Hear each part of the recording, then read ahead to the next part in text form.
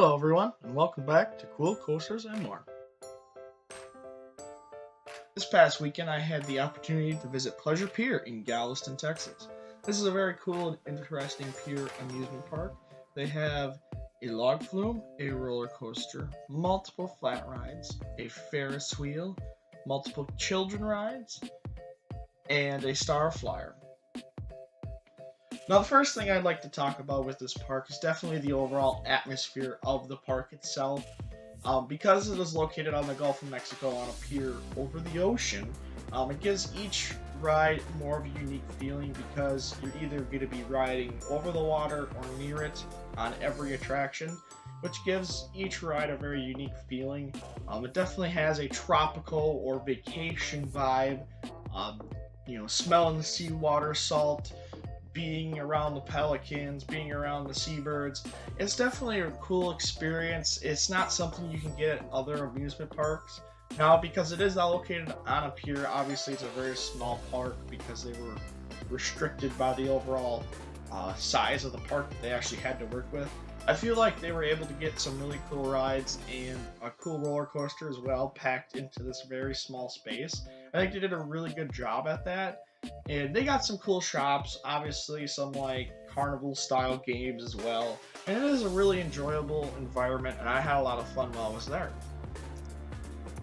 Now, the attractions that I actually decided to check out was obviously the roller coaster. I also rode the Ferris wheel, the pirate ship ride, the log flume, and unfortunately the star flyer was closed and under maintenance while I was there, so I did not get to experience riding the star flyer over the ocean, but I had to get to experience a few of the rides. Some of them were geared more towards kids than me, so I decided not to ride them, but I was mainly there just to check it out, ride the roller coaster, get another credit, and everything else on top of that was just fun for me.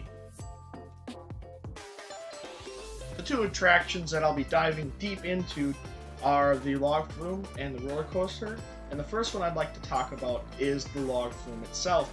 Now, if you want to talk about a log flume where you actually get wet on, this is the one you want to ride. Obviously, you want to ride it during a hot day because you will come off soaking wet.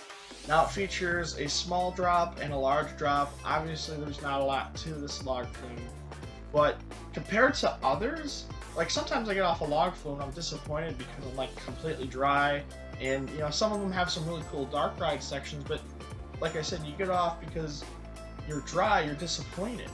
This one did not disappoint in that department. Man, did we come off absolutely soaked. It was a really, really fun log flume for what they had constructed. It didn't have any dark ride features, it was all completely open, but it was a quick ride, which some log flumes aren't. But this was a fun experience for me, and I really enjoyed it. And now I get to talk about the roller coaster. This roller coaster's name is Iron Shark. It is a Gerstlauer Eurofighter model. It features a vertical lift, a beyond vertical drop, 4 inversions. It's a short ride, obviously, again, due to the size constraints of the park, but I actually really, really enjoyed it. I got a front row ride, a back row ride, and I definitely preferred the back row just because I felt like the drop hit just a little bit harder. But other than that, both sections of the car gave really good rides. The inversions were really fun. It's definitely, because it is a smaller ride and it's at a family park, it's not an extreme, rip your teeth off ride. But it was definitely really enjoyable. The inversions were a lot of fun. It did have a couple small pops of airtime, and I just really enjoyed riding this coaster. Obviously, it's not going to break into my top 15, but I thought it was worth a ride, and for $30 to get all-day access to this park, I thought it was a very good value, and I really enjoyed this roller coaster, and I think it's worth it if you happen to find yourself in Galveston, Texas. So overall, obviously this park isn't like a bucket list, you must visit place, but if you happen to find yourself in Galveston, Texas, or even Houston, Texas, I think it's worth a little bit of a drive just to check it out, experience the sea version of an amusement park, experience something different, not something you get to do every day, and I really enjoyed myself. I really did. I had a lot of fun with some family at this park. and I definitely will be returning to it if I ever find myself back down here.